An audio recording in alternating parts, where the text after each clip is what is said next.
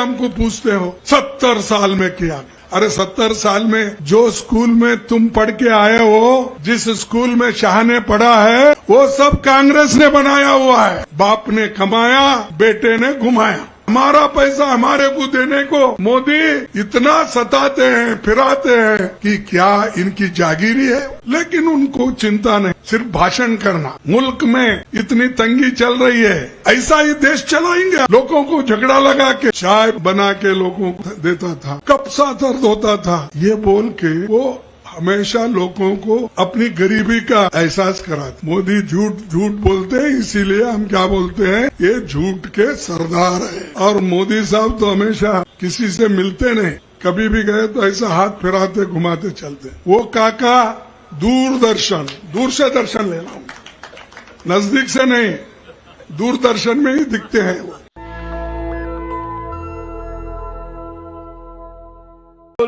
हमने उनकी 40% सरकार को निकाल दिया, अब वो यहां 30% बोल रहे हैं। तो बीजेपी का वहां 40% था और यहां कांग्रेस को इसलिए बोल रहे 30% कि यहां पर कुछ भी करप्शन नहीं है, अपना काम कर रहे हैं, वो जो चाहते हैं वो मिल रहा है। लेकिन किस ढंग से बदनामी करना, चलो इनको भी कुछ बोलेंगे, तो वो 30% बोलते फिर रहे हैं। भाई मोदी जी, आपने जो वायदा किया वो तो निभाया नहीं, लेकिन जब कांग्रेस ने जो वायदे किए थे, हमारे चीफ मिनिस्टर और हमारी कांग्रेस पार्टी, सोनिया गांधी, राहुल गांधी जी, इन्होंने जो वायदा किया था और वो भूपेश बघेल जी से करवाया, ये कांग्रेस पार्टी की एक बहुत बड़ी देन है। और उन्होंने पूरा किया। क्या क्या किया? किसानों का कर्ज माफ किस सरकार ने की? ये तो कांग्रेस ने की। उसके बाद सरकारी कर्मचारियों के लिए पुरानी पेंशन किसने लागू की? वो तो कांग्रेस ने की। छत्तीसगढ़ के बच्चों के लिए Swami Atmanand English medium school किस सरकार ने खोली? कौन खोले? कांग्रेस ने खोली। बिजली बिल आधा, मुफ्त इलाज, सस्ती दवाई किस सरकार ने किया? कांग्रेस ने। अब आगे जो करने वाले हैं उसमें हमने वायदा करके आपको बताया है। पहले की तरह इस बार भी फिर किसानों का कर्ज माफ होगा। केजी से लेकर पीजी तक बच्चों को फ्री, विदाउट फीस उनको पढ़ाया जाएगा। डॉक्टर, इंजीनियर्स बनाए जाएंगे। ये सब हम वायदा किए हैं, क्योंकि गरीब के बच्चों को पीजी में पढ़ना बहुत मुश्किल होता है, फीस उनको नहीं मिलता। लेकिन हमने ये वायदा कर रहे हैं कि पीजी से लेकर, ये केजी से लेकर पीजी तक फ्री शिक्षण आपको मिलेगा। ये वायदा हम करते हैं, क्योंकि शिक्षा ये बहुत बड़ा महत्व का है। बहुत बार जवाहरलाल नेहरू जी, महात्मा गांधी जी, अंबेडकर जी, ये सभी ने कहते थे कि हमको शिक्षा देना बच्चों को अवश्य है। वो काम कौन कर रहे हैं? छत्तीसगढ़ में कांग्रेस पार्टी की गवर्नमेंट करने जा रही है। गैस सिलेंडर पर 500 प्रति सिलेंडर सब्सिडी महिलाओं के खाते में जमा होगा। 200 यूनिट तक मिलेगी बिजली मुफ्त और 17 लाख 50,000 गरीब परिवारों को खुद का घर मिलेगा। इन्होंने तो ये कहा, मोदी जी ने कहा, भाइयों बहनों, हमारी सरकार अगर आएगी आपको करोड़ों मकान बना के सबको फ्री में निवास देंगे। क्या दिया? अगर देते तो इतने लोगों को देने की हमारी आवश्यकता नहीं थी। और उनका काम हमेशा यही है, जहां जहां अपोजिशन की सरकार है उनको सताना। जो छत्तीसगढ़ को केंद्र सरकार से पैसा मिल रहा है, आज वो नहीं मिल रहा अभी भी, उसको कट करके दे रहे, सताते हैं। क्या उनका पैसा है? क्या उनका घर का पैसा है? अरे ये तो लोगों ने दिए हुए टैक्स के पैसे हैं, ये जीएसटी के पैसे हैं, ये माइनिंग के पैसे हैं। लेकिन ये पैसा, हमारा पैसा हमारे को देने को मोदी इतना सताते हैं, फिराते हैं कि क्या इनकी जागीरी है? अरे हमारा हक है। और आदिवासी लोग, गरीब लोग मेहनत करके खाते हैं, मुफ्त का नहीं खाते हैं। अदानी, अंबानी और उनके दोस्त शाह, ये सब लोग क्या करते हैं? ये तो सब उनको मदद करने की कोशिश करते हैं। और यहां पर आज आदिवासी तड़प रहे और शेड्यूल कास्ट के लोग भी उतने ही वंचित है अपने हकूक से। लेकिन उनको चिंता नहीं, सिर्फ भाषण करना। मुल्क में इतनी तंगी चल रही है, खास करके आपको मालूम है मणिपुर में कितना बहुत बड़ा नुकसान हो रहा है। वहां पर लोग लड़ रहे हैं एक दूसरे से, लेकिन एक दिन भी मोदी साहब जाकर वहां शांत करने की कोई कोशिश नहीं की। ऐसा ही देश चलाएंगे आप, लोगों को झगड़ा लगा के। और आज 8 महीने से वहां चल रहा है, आप आंखें मूंझ के बैठे हो और वो करप्ट है, ये करप्ट है। और ईडी, सीबीआई, इनकम टैक्स के सब एजेंटों को, ऑफिसरों को यहां डाल दिए हैं। अरे आप कितना भी सीबीआई को लगाओ और ईडी को लगाओ और सीईसी को लगाओ, ये छत्तीसगढ़ के लोग डरने वाले नहीं है, डटकर मुकाबला करेंगे और फिर कांग्रेस पार्टी को लाएंगे। ये कांग्रेस पार्टी आज की नहीं है, इसको 138 साल का इतिहास है।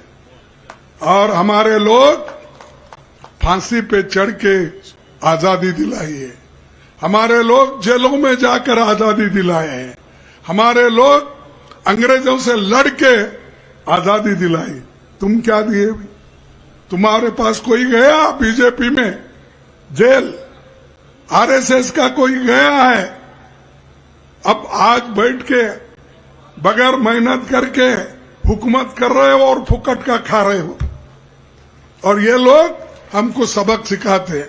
कांग्रेस पार्टी 70 साल में कुछ नहीं किया। 70 साल में हम कुछ नहीं करते तो मोदी जी आप प्रधानमंत्री नहीं बनते थे, शाह साहब आप होम मिनिस्टर नहीं बनते थे। हमने किया, इस देश के संविधान को बचाया, इसलिए आपने उस कुर्सी पे बैठा है। लोकतंत्र को हमने बचाया, इसलिए वहां पर आप बैठे हैं। जवाहरलाल नेहरू जैसे व्यक्ति संविधान और लोकतंत्र के तहत चल के उन्होंने सब कुछ किया। एक आदमी को भी उन्होंने नहीं सताया, उल्टा उनके वाजपेयी भी तारीफ करते थे, इंदिरा गांधी जी का, नेहरू जी का। लेकिन यहां सुबह उठते ही बीजेपी वाले, मोदी जी सबको गालियां देने का एक ही, मैं समझता हूं उन्होंने गालियां देने का एक कारखाना ही खोला। हमारे फैक्ट्री थे बड़े बड़े, बीईएल, बीएचईएल और दूसरे टेलीफोनिक इंडस्ट्री, फर्टिलाइजर, ये कारखाने हम खोले, लेकिन मोदी साहब गालियां देने का एक कारखाना खोले और झूठ बोलने का कारखाना है उनके पास। हर जगह झूठ बोलते हैं। अगर मैं कहूं तो बार बार ये लोग यही कहते हैं। क्या बोला उन्होंने? 2014 में हुकूमत में आने से पहले, भाइयों और बहनों, तुम लोगों को अगर मेरी सरकार आ गई, तुम लोगों को मैं बाहर से जो एक कांग्रेस वाले काला धन रखे हैं वो लाकर हर एक के जेब में 15-15 लाख डालूंगा। डाल दिए। फिर झूठा कौन बोल रहे हैं? कौन झूठ बोल रहे हैं? आप बताइए। मोदी झूठ, या मोदी झूठ बोलना या नहीं तो तुम झूठ बोलना, लेकर चुप बैठे होंगे। नहीं ना, तो मोदी झूठ बोल रहा है। 2 करोड़ नौकरियां दूंगा। कहां है भाई तुम्हारे 2 करोड़ नौकरियां? 4-6 हजार नौकरियों के लिए ये जाकर पर्चे बांटते हैं अपॉइंटमेंट के। ये है इनका नियत। 2 करोड़ नौकरियां नहीं, ये भी झूठ बोले। अगर हम बोलते हैं कि ये झूठ बोलते हैं, झूठ का सरदार है, तो आप हमको टीका करते हैं। किसानों का दाम दुप्पट करेंगे, किए क्या? नहीं किए। फिर झूठ कौन बोले? मोदी झूठ बोलते हैं, इसीलिए हम क्या बोलते हैं? ये झूठ के सरदार है। झूठ बोलने के लिए ही उन्होंने शायद कसम खाई होंगे, मैं कहीं भी जाऊंगा झूठ बोलूंगा। तो ये ऐसी बातें करने वाले नेता लोग हमको, जवाहरलाल नेहरू जी को नहीं छोड़ते, इंदिरा गांधी को नहीं छोड़ते। तुम्हारे पास तो बीजेपी में तो अंदर का अंदर लड़ते हैं। एक जिला पंचायत चेयरमैन कौन बनाना, इसके लिए सुबह से शाम तक। यहां तो त्याग करे, उनको गालियां देते हैं। राहुल गांधी जी क्या कुछ बने? वो बन सकते थे, चाहे तो प्रधानमंत्री बन सकते थे, डिप्टी प्राइम मिनिस्टर बन सकते थे, मंत्री बन सकते थे, सब कुछ उनके हाथ में था। फिर भी उन्होंने नहीं बना और सोनिया गांधी जी ने कुछ नहीं बना। उनको तुम गालियां देते हो। ये गांधी परिवार हुकूमत कर रही है, ये रूल कर रहे गांधी पर। कहां कर रहे भाई? तुम तो इतने मजे में हो, आपके पीछे तो 10-10 हेलीकॉप्टर फिरते हैं और 100 गाड़ियां फिरते हैं। और जो गाड़ियां पहले के थे वो पुराने हो गए, बोल के नए गाड़ी की आप लाइन लगाते हो। पहले तो बोलते थे आप, मैं एक बैकवर्ड का हूं। क्या जी? यादव सुनो इधर। क्या तो वो कहते थे मैं बैकवर्ड हूं, मैं चाय बना के लोगों को देता था, कब सा दर्द होता था, ये बोल के वो हमेशा लोगों को अपनी गरीबी का एहसास कराते थे। मैं भी वही बोला उनको, अरे भाई आप तो गरीब है बोल रहे हैं। एक कैंटीन चलाने वाले थे, एक आपकी कैंटीन की दुकान रेलवे में गुत्ते में थे स्टेशन पे। आप गरीब हूं, मैं बैकवर्ड हूं बोल रहे। अगर भूपेश बघेल क्या फॉरवर्ड है क्या? वो भी बैकवर्ड है नहीं? क्या वो कोई अपर कास्ट वाला नहीं है? वो भी। फिर उसके पीछे क्यों लगे हैं आप? तुम्हारे पीछे अगर कुछ हम बात भी कहते हैं तो तुम हमेशा ये कहते हो मैं ये गरीब खानदान से आया हूं, कोई सहन नहीं कर रहा क्योंकि बड़े बड़े लोग इस पद पे बैठे थे, वही इशारा उनको गांधी नेहरू फैमिली पे। अब अगर आप बैकवर्ड है, आपको इसलिए बिठाना, तो भूपेश बघेल को भी उसी वास्ते बिठाना चाहिए, क्योंकि हमारे गवर्नमेंट में 4 चीफ मिनिस्टर है, उसमें से तो 3 चीफ मिनिस्टर बैकवर्ड है। भूपेश बघेल, उसके बाद कर्नाटक में बैकवर्ड क्लास का चीफ मिनिस्टर, उसके बाद हमारे राजस्थान। हमारे पास बैकवर्ड है। तुम बैकवर्ड के नाम रोते रहते हो हमेशा। तो भाइयों, ये जो हम लोगों के लिए कुछ काम किए हैं, हम ऐसा नहीं वोट मांग रहे या कुछ किए बिना नहीं मांग रहे। सेंट्रल में जब हम थे तब भी हम लोगों को नरेगा जैसा स्कीम लाए, तब भी हम खाने पीने के लिए व्यवस्था की, फूड सिक्योरिटी एक्ट लाके, तब भी हम बच्चों के पढ़ाई के लिए काम करें। हर चीज गरीबों के लिए सोचते हैं। जवाहरलाल नेहरू जी थे तो उस वक्त भी हमने भू सुधारणा कानून के लिए, बैंकों का राष्ट्रीयकरण इंदिरा गांधी जी ने किया।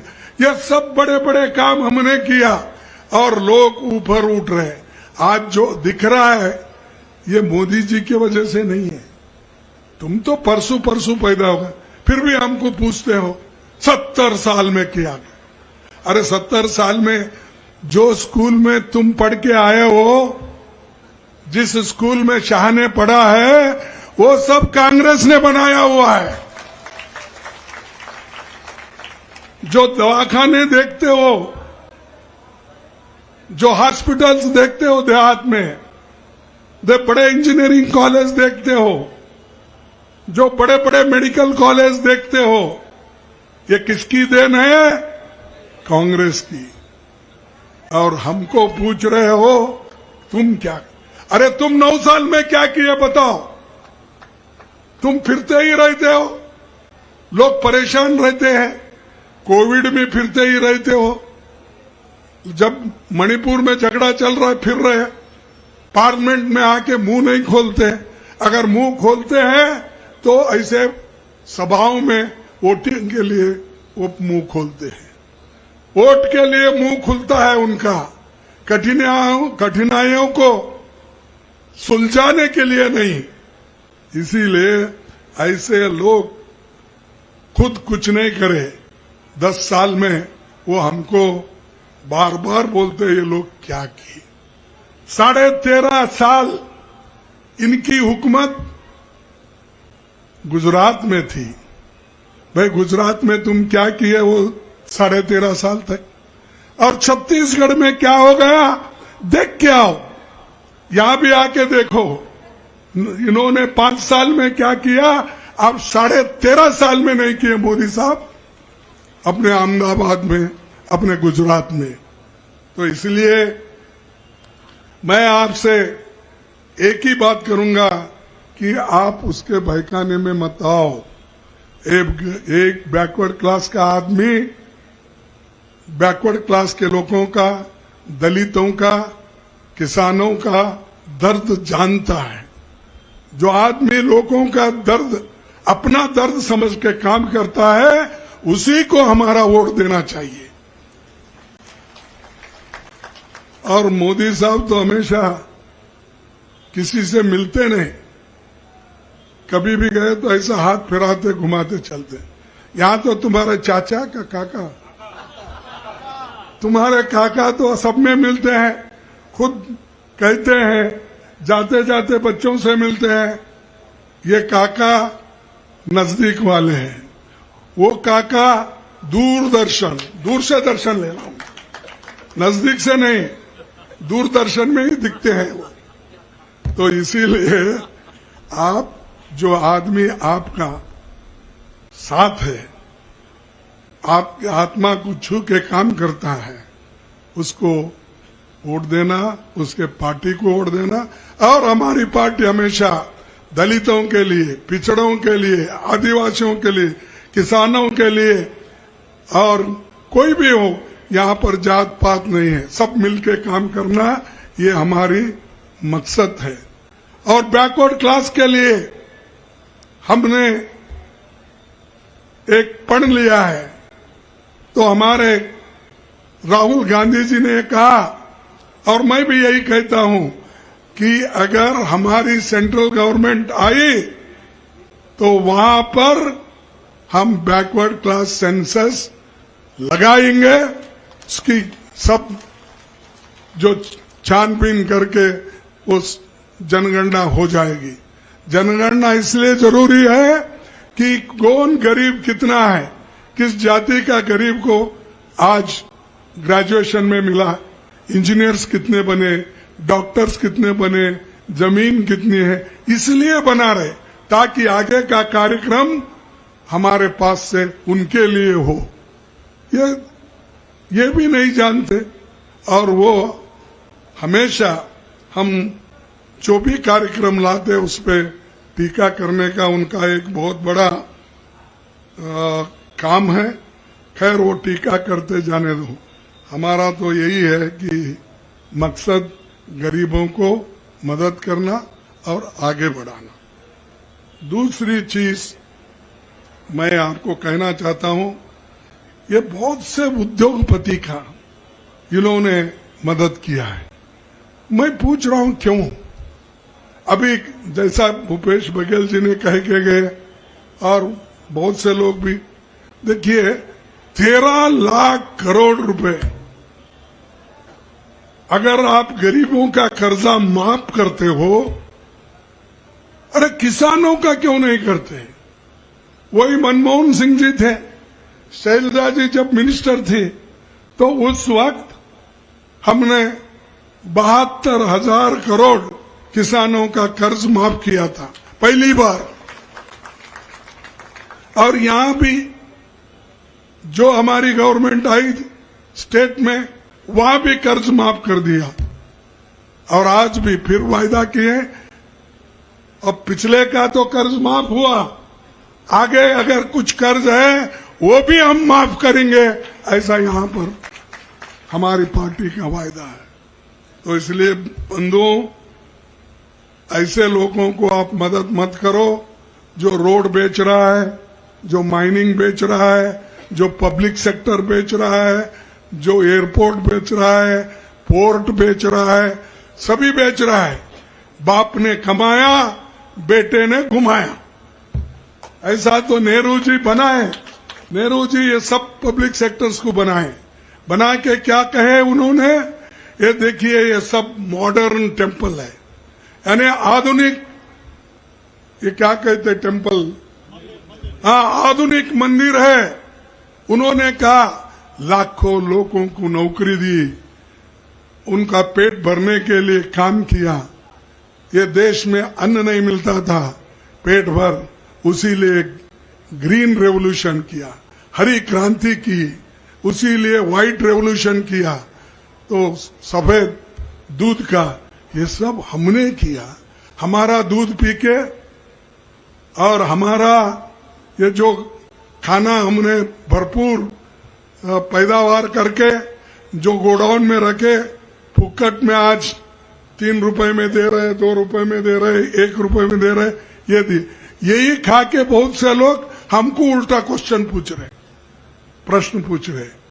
तो आप जरा सोचिए और मजबूती के साथ हमारे जमीन को बचाना है। नेशनल दस्तक की आपसे गुजारिश है कि अगर इसको बचाना चाहते हैं तो नेशनल दस्तक को सब्सक्राइब करने के लिए रेड कलर के सब्सक्राइब बटन को दबाएं, फिर बेल आइकन की घंटी दबाएं। नेशनल दस्तक को बचाने के लिए बहुत जरूरी है कि हर खबर को शेयर करें, लाइक करें, कमेंट जरूर करें।